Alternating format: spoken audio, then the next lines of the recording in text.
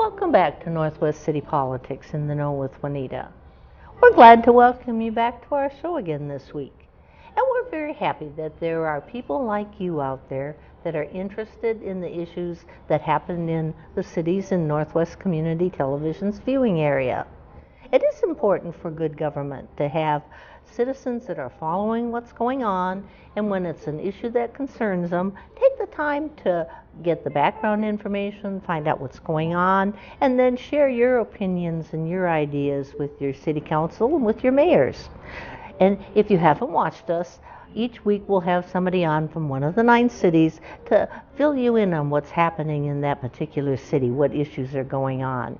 And from time to time we'll have groups that affect all of our cities. So we're glad that you're with us tonight. And we're very happy to welcome Mayor Jeff Lunde back to our show from Brooklyn Park. Hi, good to be here. So you've been on our show before, but it's been a little while, so we're glad to get your input and let people out there know what's happening in your city. Mm-hmm. And you already know that I've asked you to introduce yourself out to our wider audience. Give them a little information about yourself and how you got involved. Yeah, so I've been just reelected mayor of Brooklyn Park last fall. So already serving my 5th year as mayor. I was on the council before that. And just like everyone else, get on a committee and start to get involved and then tend to get more involved. Right. And so it's been a good thing.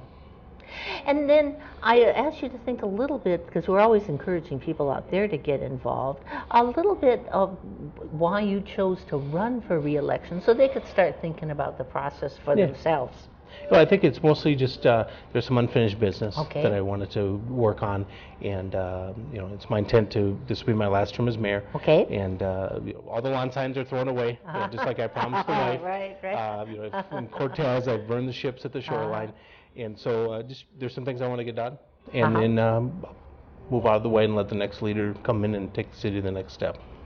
Now, starting on some of our topics, I thought we'd start out with the topic of Brooklyn Park development and redevelopment, because you have some of both going, because you still have areas that haven't been developed yet, right? Yep. And can you tell us about the work that Brooklyn Park has done on the Edinburgh Golf Course, because that's a city-owned process. Maybe you can talk a little bit about it. And so actually the Economic Development Authority owns the golf course. A little unique there. And so last year we had a consultant come in and kind of give us a good, I call it the slap in the face, wake up call, saying you either need to invest or you need to get out. And so we decided to invest in the golf course. We use it as an economic development tool. Right. And we put a lot of money. Now we're done last year with doing all the holes over again. And so we totally revamped play. This year we revamped some of the facilities, but we're going to have a grand opening this summer, kind of to reintroduce the golf course. And it's a little unique because a lot of people are closing them down. Right. And we've decided to reinvest. So. And then it's an amenity for all of your citizens, right? Yep, and it's a public course. And so that's one of the things we like to highlight. There's talk about, taking another shot at bringing the LPGA back and some other things.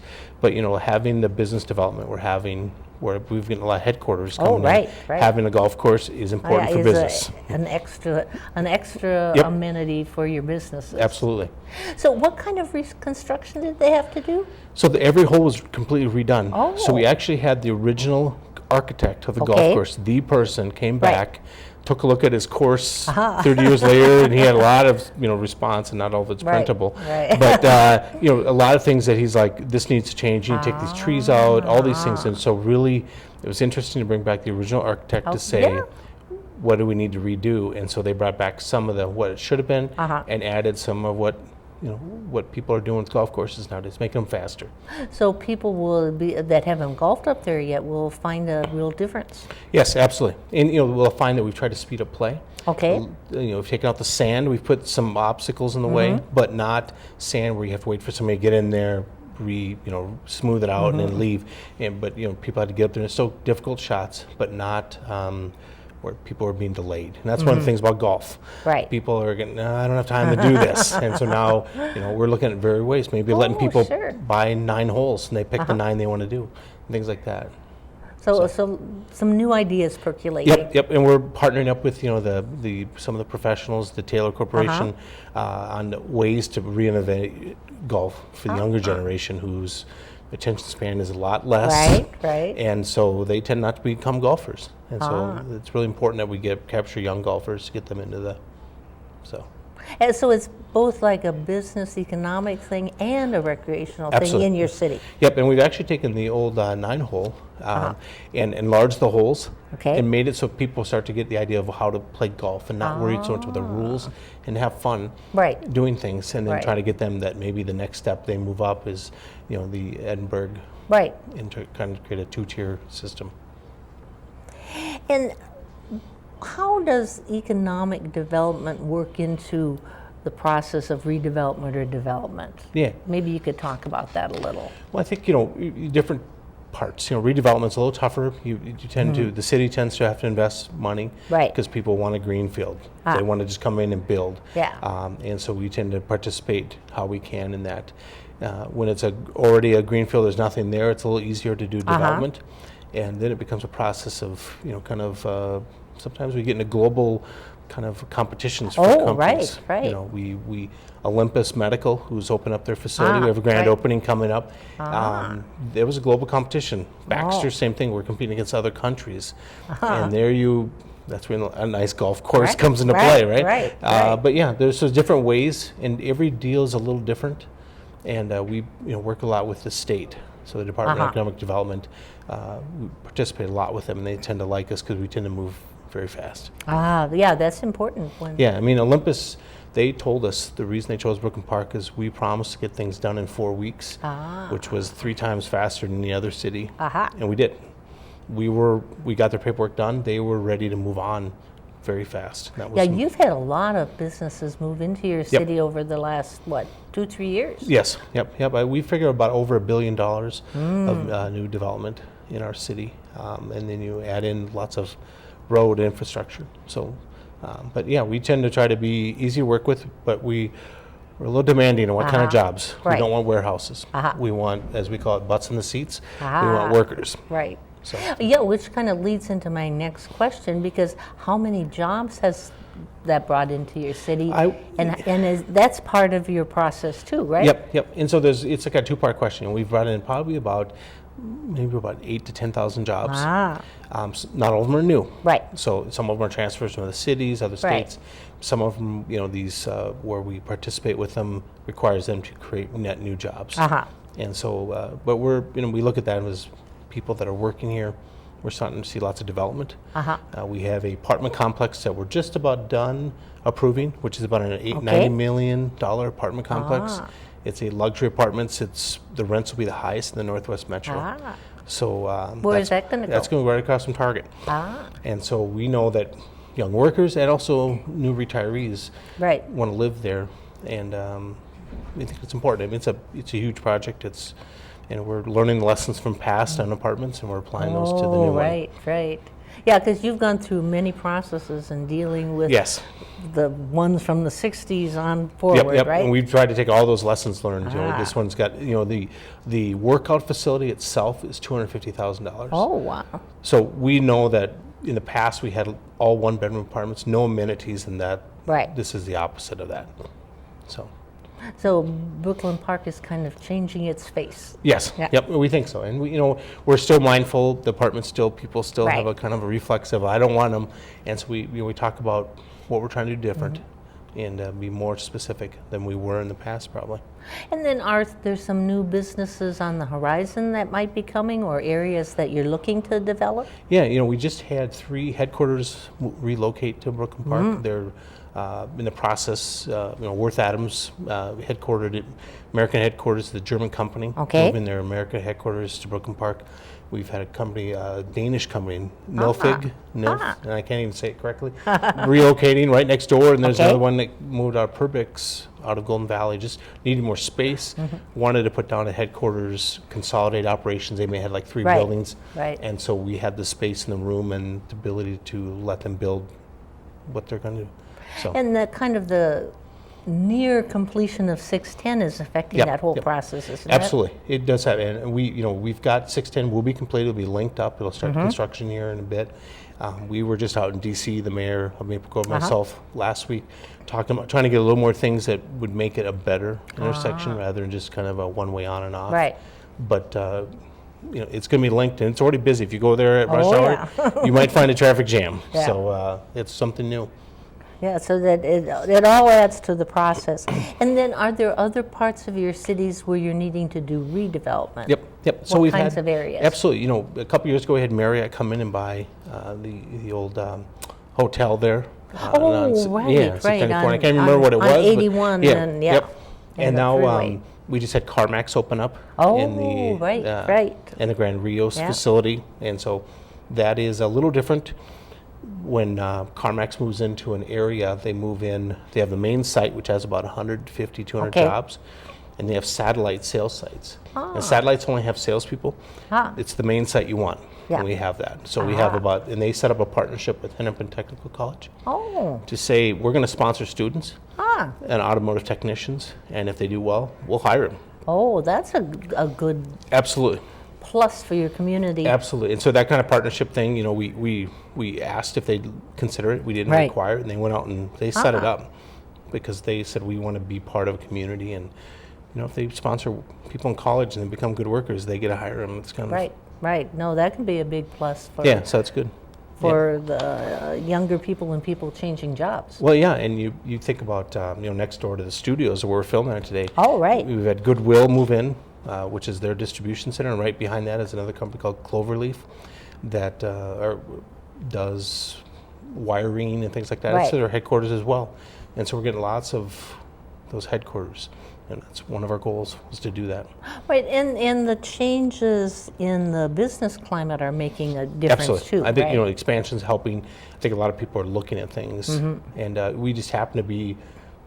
Fortune shines in those who are prepared and are ready, and we're ready. Land is ready. Our staff is very, very good, and so when they tend to find out a business is looking, they move very quickly to help make sure that we get that business to move here. Then the area around Target, what's been happening with that development? Yeah, absolutely. And so obviously Target had the layoffs when they closed down operations, and we know it affected some people there. And so right now we're waiting for their expansion plans, and they've got kind of not just their building. They've always said they were going to bring in other partners. And so I think things are going to start to happen there, and we think things will, when the market's hot, that's time to get some people there. So obviously the other big discussion was light rail, and that ends at the Target campus. And so all that kind of plays together in some of these activities. So we had a company called Design Ready Controls, another headquarters moving from Plymouth, that said we wanted to be on the light rail because their future engineers, they think, are going to require mass transit. And their owners told us they picked it because they wanted to be right on the rail line. So again, another company moving in. And a lot of process for Brooklyn Park on what you have to offer to businesses that are looking for. Yeah, I think the infrastructure matters. People talk about roads matter. The light rail matters. You put that with, we've been kind of planning for this for years. And we've had some, FedEx wanted to put a warehouse here, and we said no. We weren't interested. They had 50 jobs and 50 acres, and that wasn't good enough. Wasn't what your plans for the area are. No, we need that balance because we've got parts of Brooklyn Park that have tougher economic times still, and we need to balance that out. And so we still have about, I think, 1,000 acres of undeveloped land. Quite a bit. Yeah, so a lot of land, and we're being very methodical. We're not letting, some people have come in with plans, and we prefer to try to make development move out slowly. Well, let's move on to another topic, is that Brooklyn Park is searching for a new city manager. So maybe you can tell us about what are the steps that your city has been following, because you're in the middle of the search. What's happened and...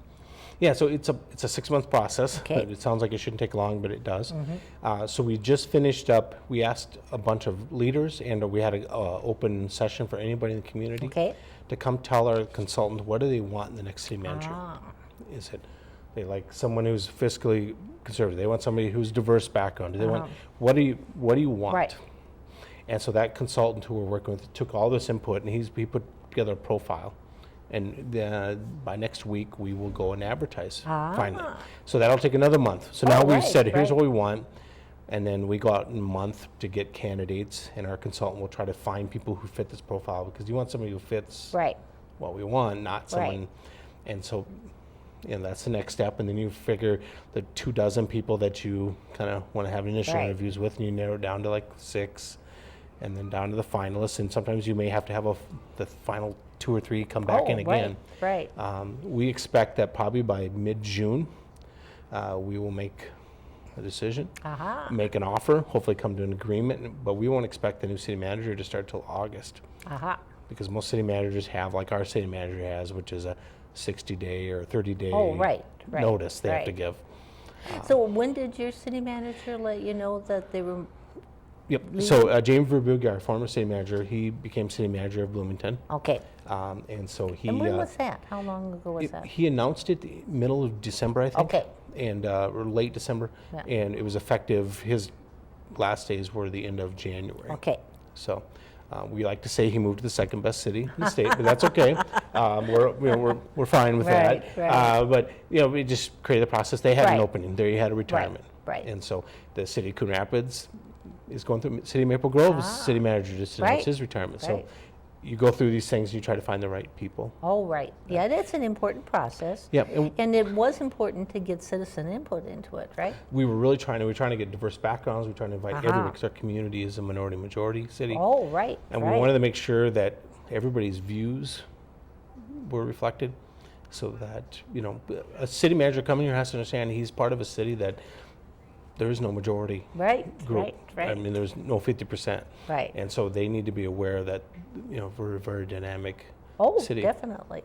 And so what are some of the skills and traits that were discussed or that are moving forward that you're looking for? Yeah, I think part of it was we wanted some awareness of cultural differences. Okay. In our city we have wide variety. Oh, yes, definitely. 25% African American, West African. 2 different groups there. Right. 18% Asian, and we're the largest Vietnamese city in the state. Oh, I didn't realize that. And the other hand, we at some point will probably pass St. Paul for the most Hmong. So a lot of second generation people from Asian or from St. Paul are choosing Brooklyn Park. And so these demographics, we have 20% of our cities foreign born. So we wanted somebody who understood that dynamic. Important, right. Yeah, doesn't have to be an expert, just be aware. And so that was one of the characteristics. The profile was pretty, everybody wants an honest person. They want an open person. Right. I think, collaborative decision making, where it's not a dictator, but it's let's bring in everybody, is something else that we really wanted. So by this summer, you'll be concluding the process. Yes. Yep. So we should have somebody on board, and by August, just in time for budget. Lots of important things happening then, right? Yep. And I would end with just that the nice thing is we had an assistant city manager who was able to become the interim. Yes, I was going to ask that. I'm glad you so brought that we were up. blessed, because some cities don't carry one, and we've had one for a while, and it's paid off, because we've had a person who could assume the duties, not have to pull our fire chief or our police chief, and we've had somebody who could take over the reins while we go through this process. Important part. Yep. No, I'm asking all of the people that we have on, because I saw an article where the Metropolitan Council is encouraging affordable housing through their processes. And I know Brooklyn Park and Brooklyn Center and Richfield are saying, wait a minute, we're not quite sure we want to go the way you want to go. Maybe you can tell us a little bit about that. And we went more than just, we filed a complaint with the federal government, with the HUD department, because the policies of Met Council have led to a concentration of poverty, and it's clear as bell. You can look on a map and see the concentration of diversity and poverty, which also goes back into how bad Minnesota does on these gaps. Everybody knows that when you concentrate poverty, that is the worst possible method to fight it. You need to separate it out. And we're saying, wait a minute, because Brooklyn Park, who has 2/3 of our city is affordable, is being told that we have to build 1,500 a huge units. Number. And I'm here to tell you that we're not going to do that, because there's a certain point at which a city cannot have a preponderance of so many affordable units. Because affordable units, we love the people here.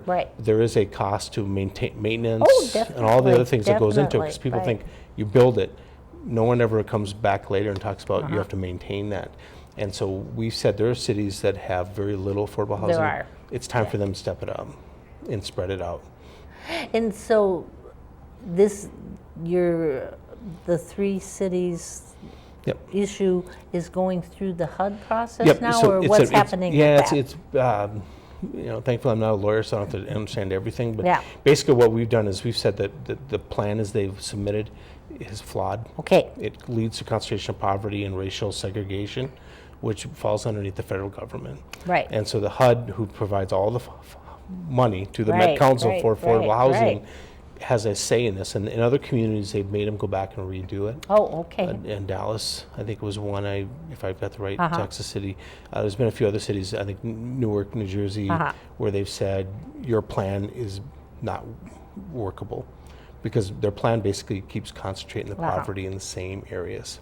And it's just a fact, it does.